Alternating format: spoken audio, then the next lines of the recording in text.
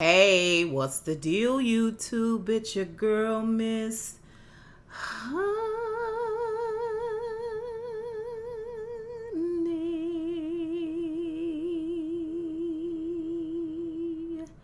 Welcome back to the channel. You guys already know what it is. It is Sunday morning, and I'm here to do P Valley. I hope you guys had a wonderful, wonderful weekend. We are here for P Valley, though. We are here for season 1, episode 4, The Trap.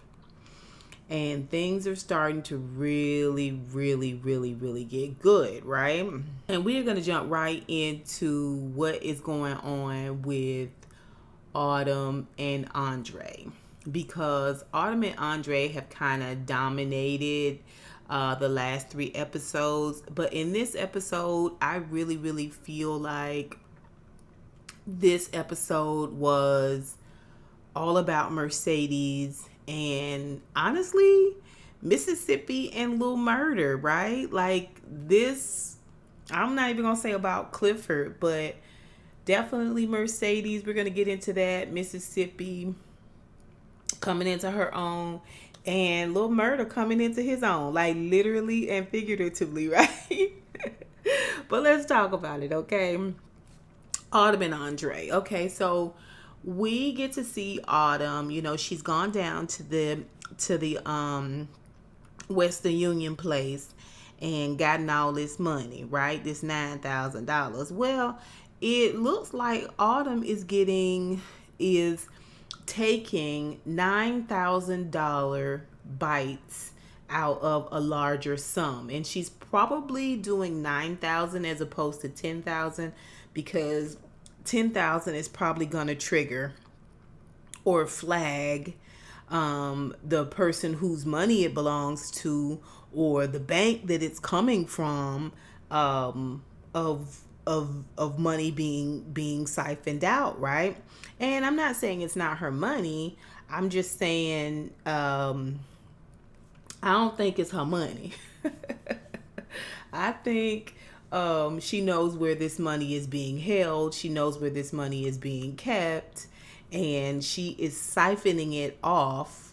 She's taking 9,000. She's taking little bites out of this lump sum, $9,000 at a time, and then she's taking the money and cheap alcohol, and she's washing the money in cheap alcohol. It makes the money look old, used, and she's a stripper, so people really don't want to necessarily handle that type of money. They feel like it's filthy, although all money is filthy. All money is filthy. Only thing nastier than money is a door handle or a gas pump handle. I'm just saying, it's disgusting. So she's able to get away with this. You know, she goes into the bank and she kind of pulls herself together and goes to the bank and gives them this song and dance about sorry, you know, but it is stripper money, you know, and this gets the bank tellers and the manager to sort of just grab the whole lump of money and give her a deposit slip. And she pulls the deposit slip up and it's $28,000. So we do get to see her frequently go to the bank, go to this Western Union place, and she's wearing different color wigs, different style wigs. It looks like she's going to different locations as well, siphoning off this money. So by this time, she's bought a car, and she's gotten herself a bank account, and in this bank account is a good lump sum of money, right? So far, I mean, at this point, she should probably be up to about 50K. At the same time, you know, Clifford wants to talk with her about going back and getting a little bit more tea from Andre. Clifford can see that Autumn is smart. He can see that she is not just your ordinary stripper. Like, whatever it was she did in the past, it had to do with money. It had to do with moving money. It had to do with hiding money. It had to do with counting and moving and the dissemination of money. And it's apparent, right? And at the same time, he wants her to go and help him with his books. He want her to go and see if she can get some more information from Andre. But for the most part, she feels like she's burnt that bridge, and she's saying that Andre creeps her out, which, you know, is not the truth. She's intrigued by Andre because just like she's not your ordinary run-of-the-mill stripper, he's not, you know, your typical country bumpkin type dude, right?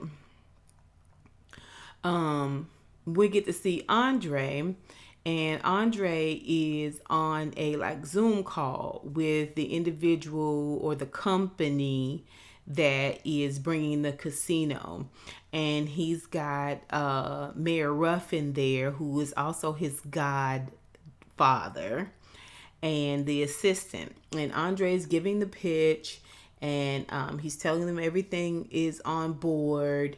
And Mayor Ruffin is sitting there. He's on camera, but he's quiet. He's just letting Andre talk.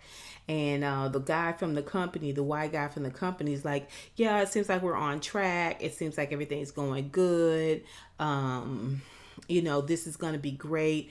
And Andre says, you know, well, there's one caveat. And Mayor Ruffin doesn't want him to say it. He was like, you know, the owner of the Pynk doesn't want to sell, you know, and he's the only one we haven't offered any money.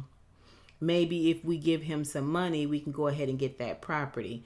And the white dude over the company doesn't want to give him any money. He was like, well, if he close to foreclosure and being sought out anyway, why give him money? This is when Mayor Ruffin jumps in, and he tells him, okay, well, you've offered money to everybody else. Why can't you offer it to him? Like, this is so blatant and in our face. Like, that's kind of racist, right? And he was like, no, this is the white guy. Don't take it like that.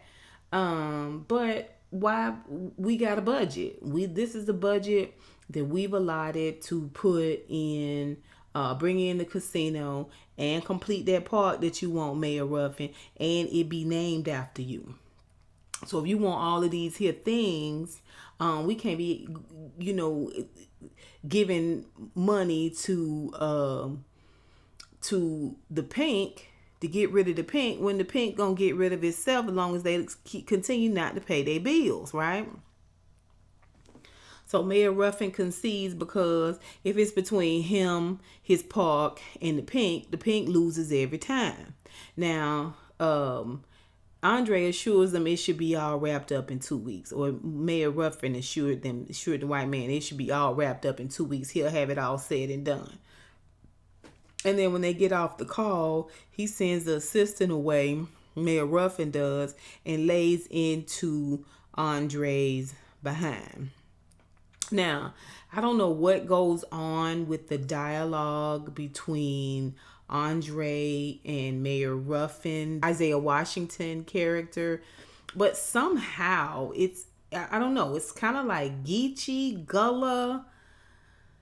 It's this mixture of tones and textures in the voice. Like, it's hard for me to understand. Like, if I don't have that closed caption on, I don't have any idea what the heck Isaiah Washington is saying to Andre. I can understand Andre's retort. It's just weird. But basically, Mayor Ruffin did not want him to share that. He did not want him to rain on the parade. Like, you don't let them know that this is going on. Here's the thing. Andre is the brains. He has worked hard to bring this casino to Chucalissa. And it is his hope that this casino will turn Chucalissa around. Now, he knows that there's going to have to be some eggs broken in the whole situation. But the overarching goal for Andre is to bring jobs and opportunity and more life into Chucalissa, because it is a husk of a town. Like, there's no thriving industry in Chucalissa, and from what I can see outside of land, they don't have commodities. They bringing this casino in is going to help to sort of rejuvenate the town, and this is Andre's goal, right?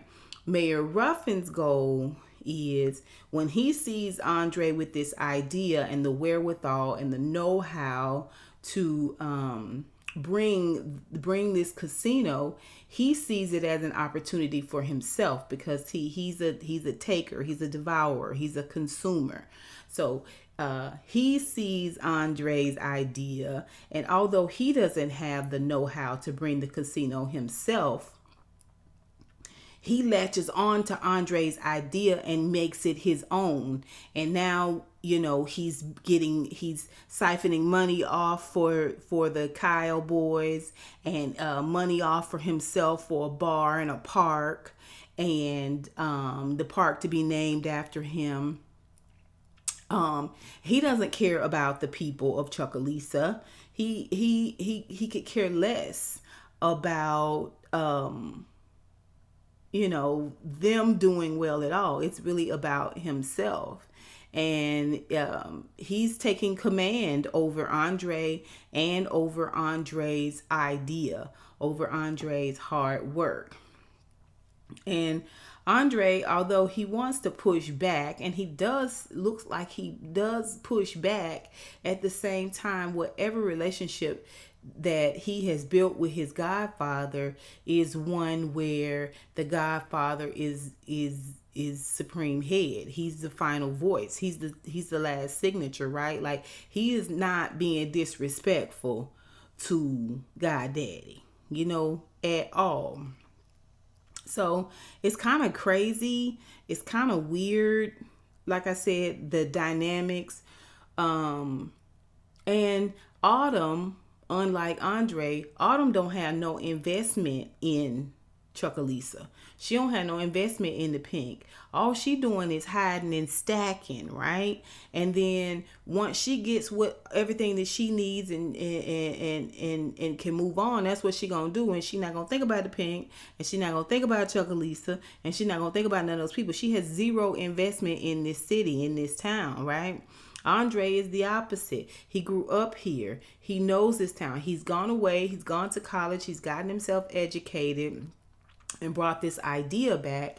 And his godfather is mayor. We don't know how many other people in the town know him, or family and all that type of stuff.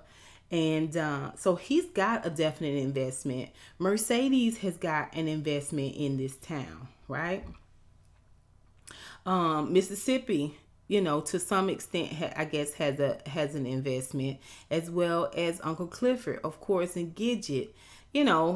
We'll learn everyone's overall investment, or how vested they are in this town as we go along. But for sure, right now, we know that unlike Autumn, Mercedes definitely has investment in this town. So Autumn goes to see Andre, and she's gotten her a little piece of car, and she goes to see him after she has a talk with Clifford, and he wants her to get a little bit more tea. I think she is there for tea, but I think she also wants to apologize. I think, like I said, she's intrigued by Andre. And they get into this conversation where he's getting out of his car, and she gets out of hers, and she calls his name, and he doesn't even turn around. He knows it's her. He doesn't want to talk to her. He doesn't want to deal with her. Like, she wants to tell him she's sorry, and he was like, it's you. Yeah, apologize to me. It's my fault for trusting a stripper. And she was like, well, what's going on with this casino is not gonna be good for Chucalissa. And he insults her about being a stripper, and why don't you go home, get away from here, go home, tuck your baby in bed, you know what I'm saying, be the mama that you supposed to be. And she loses it. She loses it. She's like, F you, Andre. F you, Andre. Full dramatics. F you. And he grabs her and hugs her up. Shh.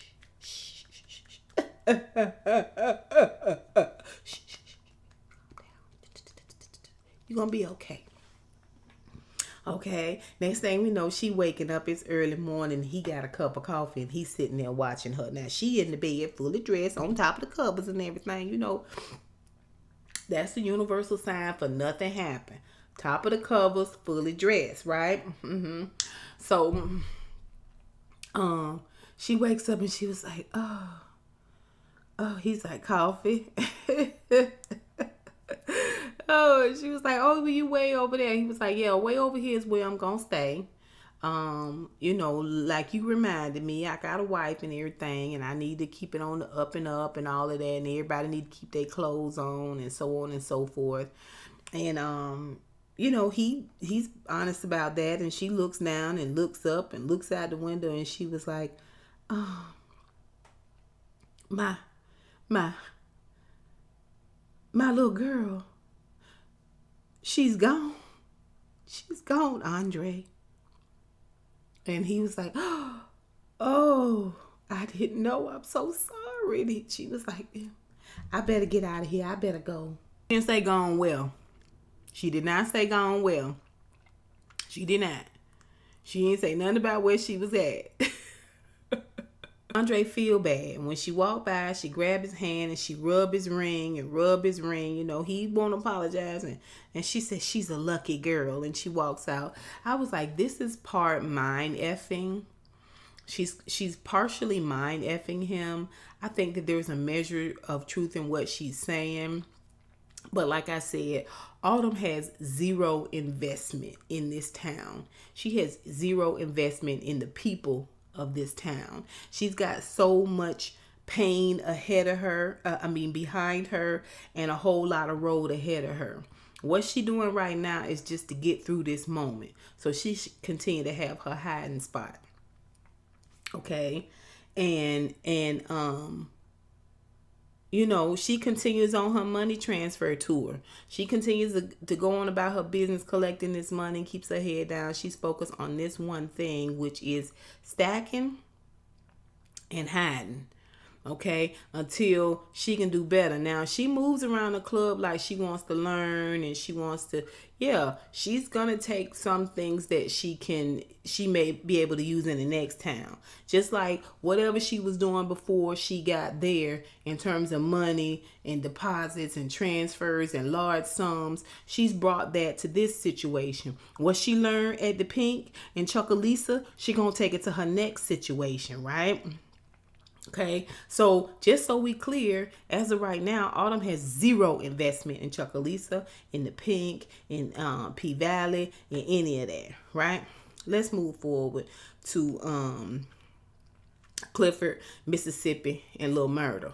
Okay, so like I said, Clifford trying to make heads or tails of, what is going on. What are we going to do here? My club, according to the blueprints, has no place in the schematics of what the new Chuckalisa with Paradise Casino is going to look like, or Promised Land Casino is going to look like.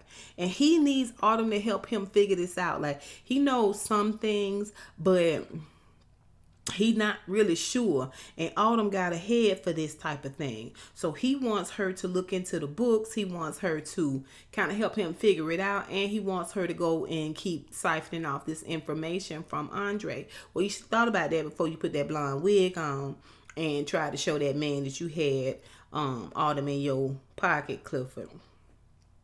But I digress. Anyway, so like I said, she doesn't really want to do it. And we learn in this moment that Clifford inherited the Pynk. Like, it's been passed down. And as it was passed down, there was some debt passed down. And he just has not been able to, it's not that he's not paying his bills. He just has not been able to get on top of an inherited debt. And so that's why he's so far behind. At the same time, all that conversation that he had with Andre, Mississippi heard all of that. And the first person she tell is Gidget. All you got to do is get the ball rolling and tell one person. And Gidget is that person. Now, all the dancers know that the Pynk is going out of business, and all of this stuff. Now, all that music in the club, and she was supposed to be playing sleep. I don't know how she heard all of that through a closed door, but like I said, the secret about Clifford and the money is out. Now, he trying to assure them, in come Mercedes, and Mercedes think that they talking about the fact that he behind in his money, that he owed this money. And she said, oh, he'll pay it off. And they was like, pay it off. He was like, oh, she was like, oh, I didn't know what I was telling, right? Mom's the word until you know what conversation is all about. Mom is the word. Silence is the best bit of research you will ever do in your lifetime. Never forget that now. Silence is your best research. Be quiet and just pay attention and just listen, right? Before you go to talking. So the cat's out of the bag. Although he reassures the girls, the cat's out of the bag. And this just adds more pressure to it. At the same time, Mississippi is feeling a type of way. This is Mercedes' last dance night. Mercedes is leaving. She won't have that support system there. If the Pynk closes down, where she gonna work? Where she gonna dance? I was like, why are you always looking for somebody else to tell you what to do next, sis? You got to work these things out for yourself, right? Like, you got to figure out what you're going to do. And let Mercedes tell it, Mississippi got more than one child. Well, she was like, you need to be worried about taking care of your children. I was just like, children? Anyway, so she just doesn't know. Mississippi doesn't know how all this is going to work out for her. What is I'm going to do? Meanwhile, she got Diamond, who is always lurking in the shadows. She's dancing for this dude, and he kind of looks like Malcolm X a little bit. He's got these glasses on, these square glasses on. He's got freckles, and he's got a little facial hair, and she's dancing for him, but he's pretending to preach to her. And I say pretending to preach to her because, the things that he's telling her is really supposed to be enlightening, but it's putting her down. It's making her feel bad about herself, right? As she dancing with him. And Mercedes walk up and see this whole thing. Again, people are always there to protect Mississippi and just kind of look out for her. And she's feeling this is what she's feeling panic about losing. And so Mercedes gets in the man's behind and is like, you need to take that somewhere else, Freckles, okay? And you need to pay this lady. And he was like, I got money. She was like, if you got money, give this girl her money for her dance instead of being in her ear, tearing her down. You know what I'm saying? She got a family to feed, and she doing a job just like you doing a job. And he get kind of butthole-ish with her in like this kind of smartish way. And he's trying to belittle Mercedes. Mercedes is not having it. She know him. She know his type.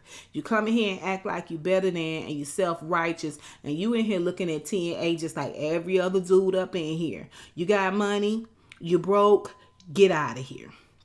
He was like, I got money. She was like, put it on the table. So he takes a stack of ones out of his pocket and throws it on the floor. And Mercedes said, pick that up and give it to her. He was like, I ain't picking nothing up.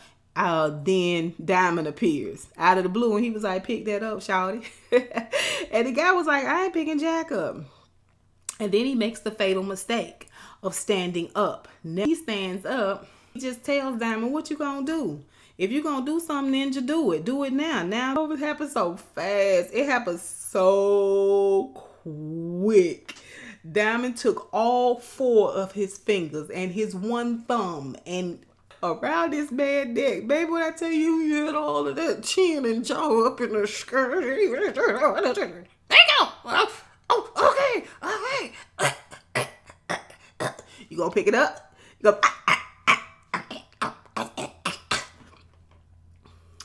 And Mississippi and Mercedes standing there all moist. I was too. I was like, yoke him, daddy, yoke him.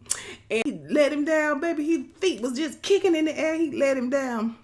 And when I tell you he yoked that man up and did not blink, he did not lose an eyelash. You hear what I tell you? His shirt did not come out of his pants, okay? You get what I'm telling you, okay? Diamond is a force. Diamond is a force, and it is frightening. I'm sorry.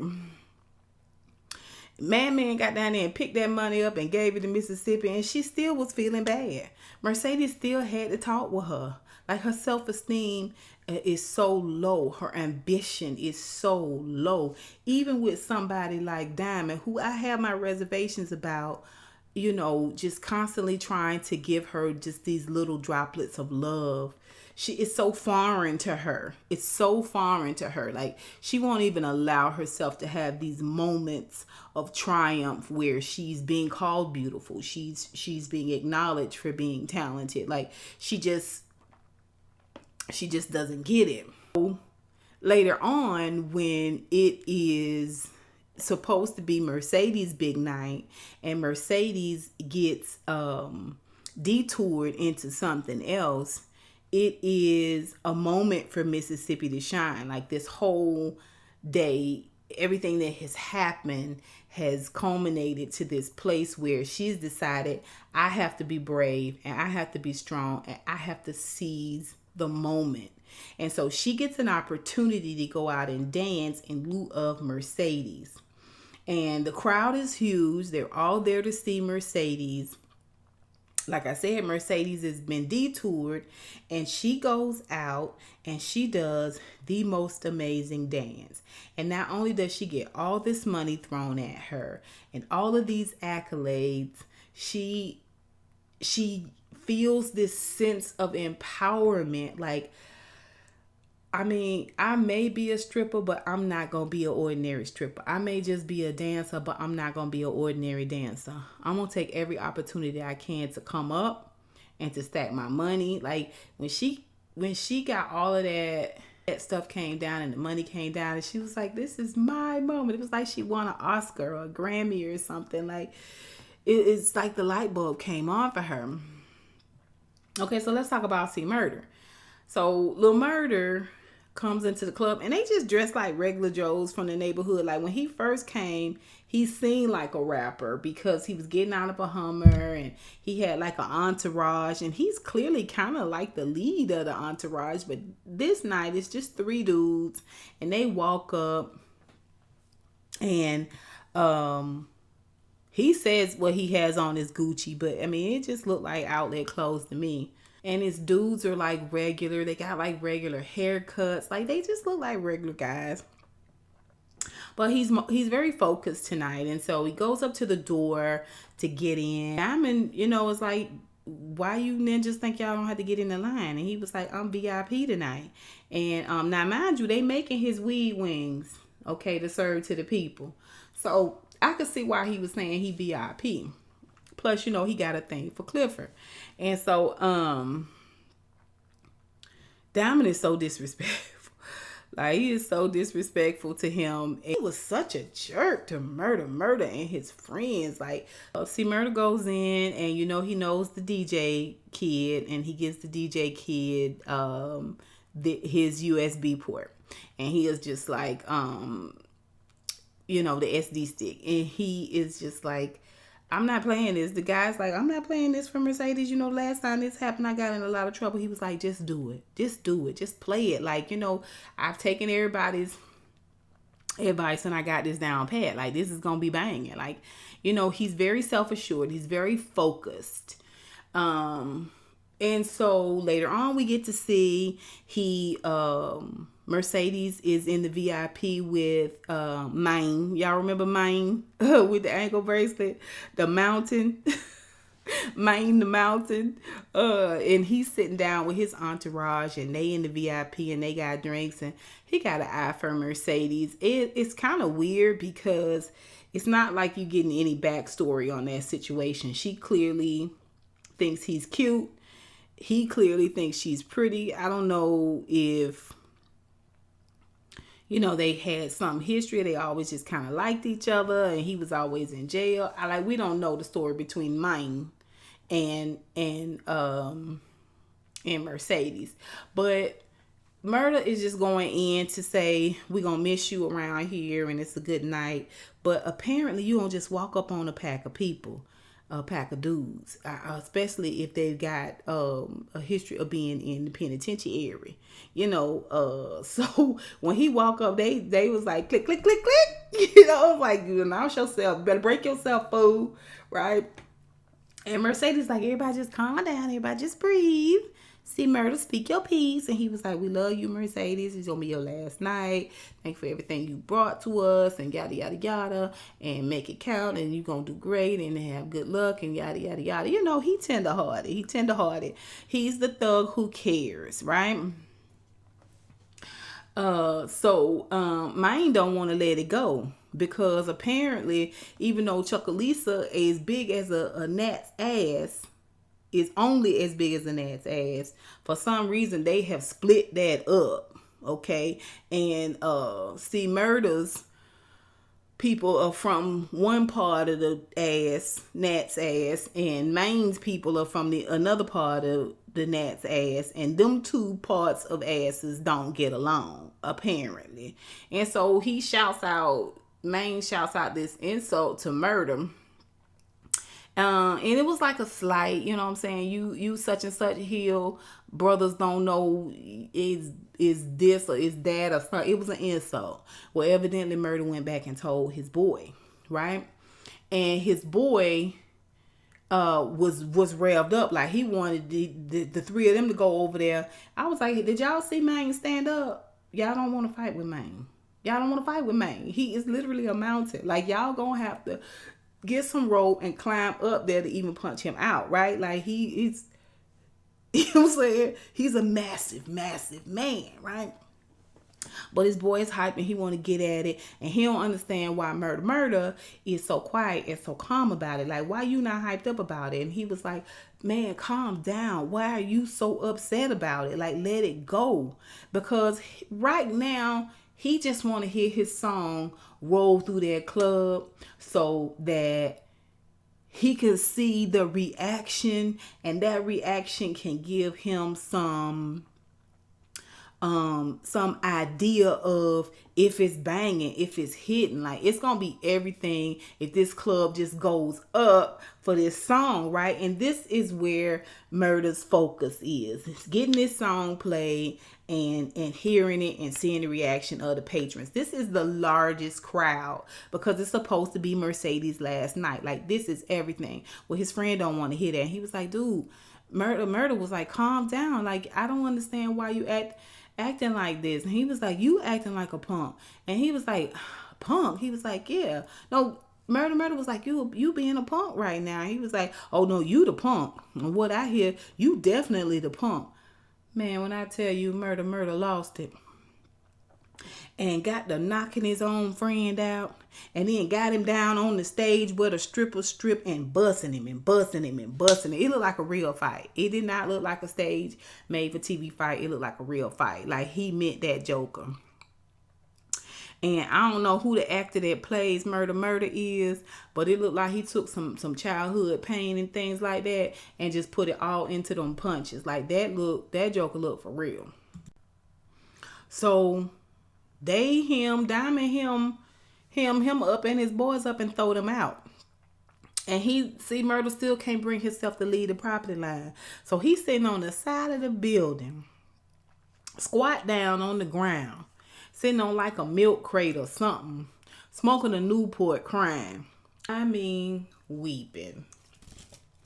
I was like, I got to know a little bit more about C Murder's past. I need to get an episode where we walk through him from the time he get up to the time he laid out. Like, I need to know a little bit more about him. You know, he give me part chef. He want to make music. He's obviously down low. He's sitting out there on the side of the building, and out walk Clifford. And Clifford walks up to him, you know, and kind of lifts his chin up, and it was like, by this time, Mississippi on the pole dancing. And the song that she dancing to is C Murder's song, the song he gave the DJ dude. And it is bumping, and the club is bumping, and Mississippi is killing it on the pole to this song. Like, the people is throwing money, they hype. And he, at first, how he started weeping was, when he heard the song, he was like, that's my song. That's my song. That's my song. Like, he outside in a parking lot. He's like, that's my song. And that's why he started weeping, right? Like, he finally feel like something bumped off of him. Like, something jumped off of him. And so when Clifford comes out, and gives his head a little bit of a lift, and he tells Clifford that song was about him, right? And he was like, that song for you. And he was like, and Clifford was like, yeah, right, it's for me. He was like, no, that song is about you, right? And it's this song about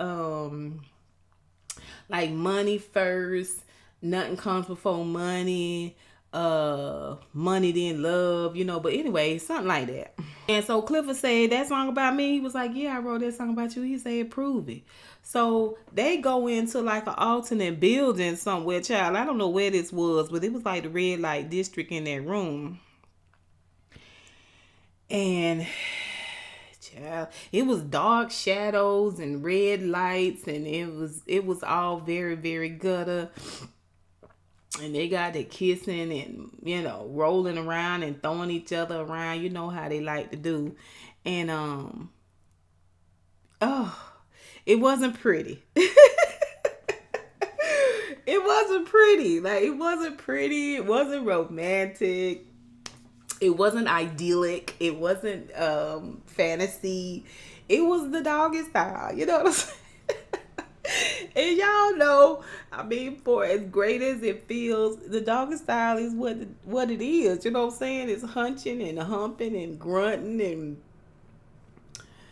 and you know what I'm saying, trying to keep yourself upright and steady and keep from being knocked over and somebody falling on top. Like it's not pretty. It's not pretty.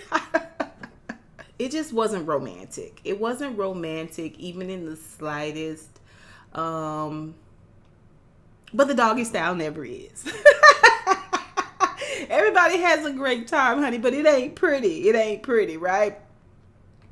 And so they get to it, there's no post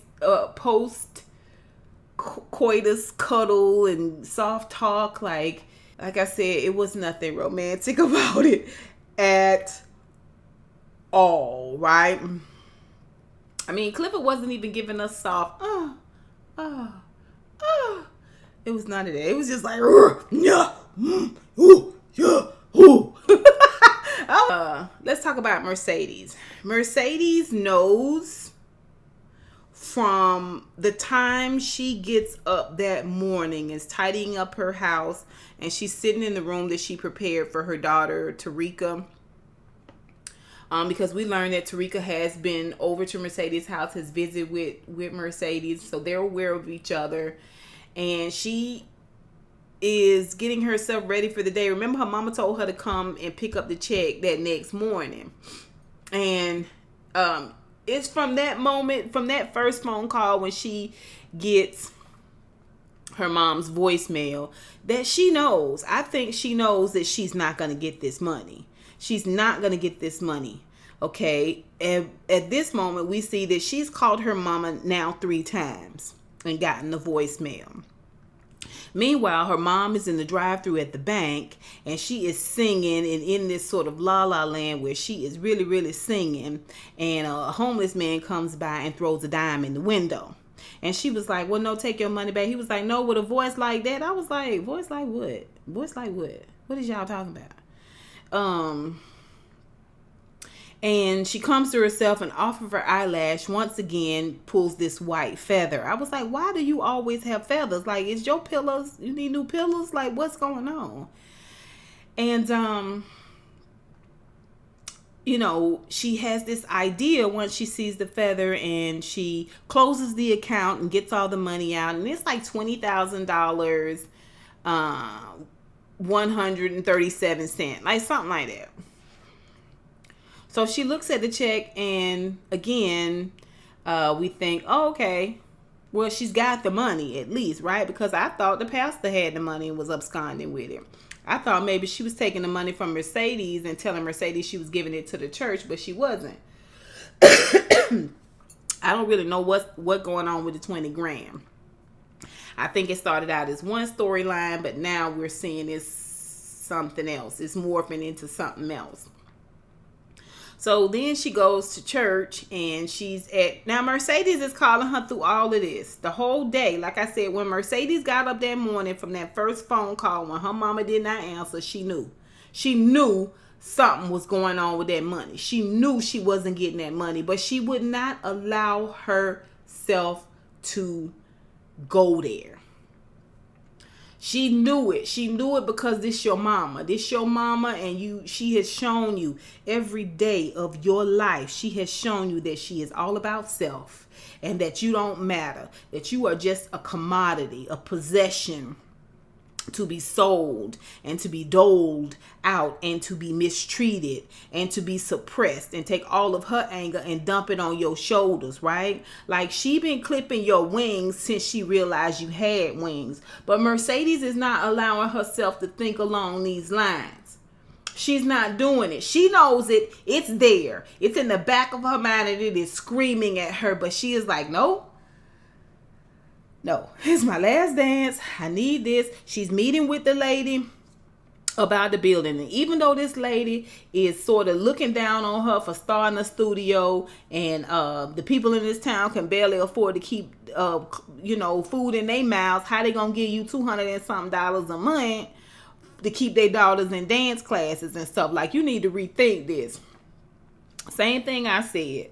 I said the same thing during the second episode. Like, you trying to do a dance studio here? It's already so broke and so desolate there, right? But Mercedes has got a plan. Mercedes has got a vision. Mercedes is invested in this town. This is where her daughter is, okay? This is where she grew up. We saw Mercedes running down the street with her dog. Everybody speaking, everybody waving, everybody know her. Here in Chucalissa, she is a celebrity. In Chucalissa, she's well known. In Chucalissa, this is the only family she know, right? In Chucalissa, she's a bad bee. So she's got to make it work here. Okay, and this studio is an opportunity to do it. She planned it, she's executing it, and she is fully prepared to defend it. And that's what she does with this realtor lady, right? At the same time, her mama down at the church, she done got the money out, and she is singing and she down on the floor, and she decides, because she's a master manipulator, she's gonna make her way up to the pulpit, acting like she's singing, but she really giving a popcorn sermon. She practicing her role, and she calling out scripture, and the pastor get up and he try to take the microphone, and she keep going with it. She's raring, and she's snatching it back, and yes, and scripture, and yada yada yada, and Amen. And the pastor finally yokes her up and gets her to the back and says, "What are you doing? You trying to preach?" And she was like, "I feel like I should be preaching." And he was like, "I told you ain't no woman gonna stand in my pulpit. Now you need to stay in your lane, or you need to find yourself a new church," right? And she, it's just like he said, "Good day. How are you today?" She's in her own place up here. In her place up here, she always deserves, in her mind up here, she always deserves the throne. She always deserves the crown. She always deserves the spotlight, which is why it's so important to keep Mercedes in the dark, right?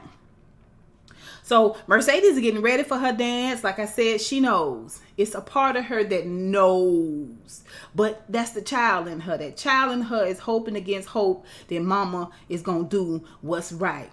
And so after she's going through it down at the club, because she said a couple of 2-3 things to Gidget that hurt Gidget's feelings, and she realized the girls love her.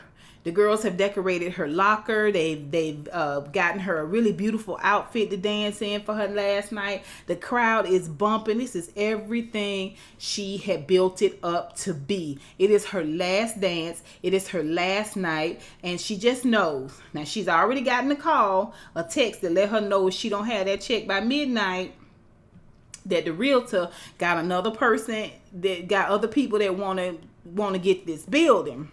So if you don't have your cashier's check by midnight, okay. So, she's just gonna go out here. She hadn't heard from her mama, but she's still going by faith. And she gonna go out here and she gonna dance, and hopefully she can get this 20 G's up tonight, right? Like, hopefully I can get 20 G's tonight, or close to it, and I'll talk the lady into it. Like, she's not giving up. At the same time, she has this really crazy conversation with Autumn about her locker and not giving her locker up.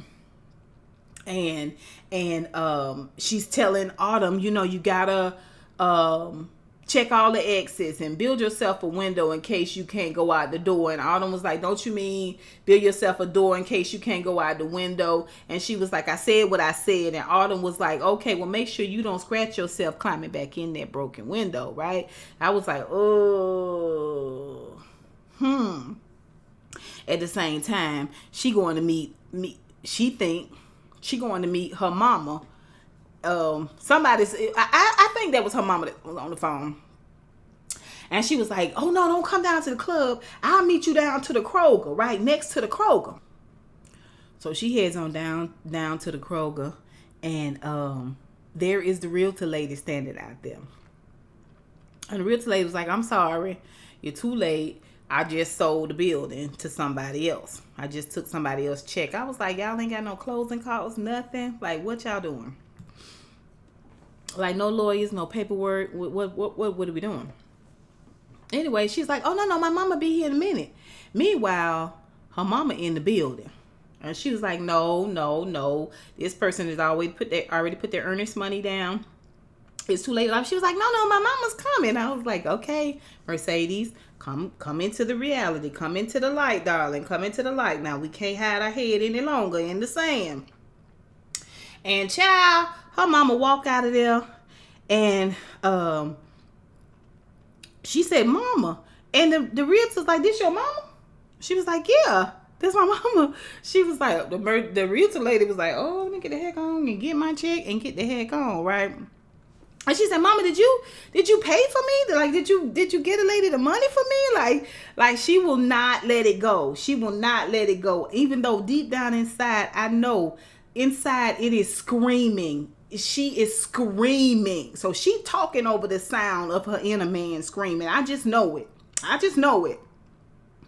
And her mama says, no, this is the home of my new church. And she was like, what are you talking about, mama? This is my dance studio. And she was like, no, this is my new church. The Lord showed me today and it hit me like a feather. I was like, girl, like a feather. All right. That God want me to preach and this going to be the home of my new church. So she said, you took my money? You took my money and bought this building for yourself? And she was like, this is what the Lord wants me to do. Mama, you took my money? And baby, when I tell you, she went on to try to peel the skin off her mama's face. Okay? She went to clawing and grabbing and scratching at that woman like she could pull her soul out through her nostrils. Baby. If y'all watch Family Guy and y'all ever seen Peter fight with the chicken, baby, what I tell you, she beat her up one side and down the other. She beat her in and she beat her out. Yes, honey. The next time we saw Mercedes, she was sitting in the back of a police car. And bloody and raggedy and torn. At the same time, she looked sad and broken because this morning when she got up, it was everything sparkly and new and promising and hopeful. And once again, this woman who bore you, who's supposed to love you, with an unconditional love, is not only steal your money, but buy the building to which you were going to use that money to purchase. She purchased it for herself and look you in your face and tell you it was God. Oh yes.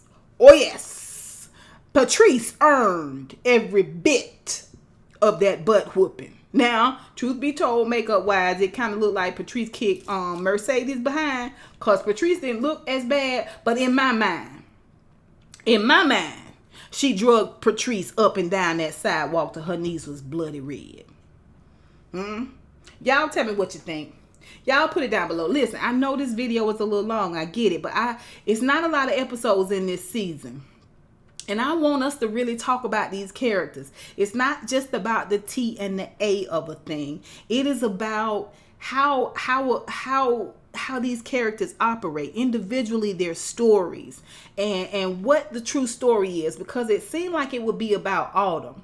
But maybe it's not. Maybe it's a little bit more about Murder and what he got going on with Uncle Clifford. But then again, maybe it's not. Maybe it's a Cinderella moment for Mississippi. Or maybe it's not. Maybe it's about a whole town coming together and stopping the gentrification of their own land and their own people. Okay? Maybe this is what this is about. Y'all tell me. Y'all put it down below. And until next time, honeybees. Mwah, mwah, mwah. I holla.